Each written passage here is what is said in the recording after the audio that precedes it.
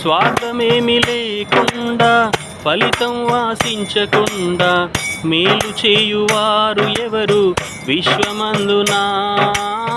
స్వార్థమేమి లేకుండా ఫలితం ఆశించకుండా మేలు చేయువారు ఎవరు విశ్వమందునా? ఏమి దాచుకోకుండా నా కోసము ఉన్నదంతా ఇచ్చినాడు, ఏమి త్యాగము.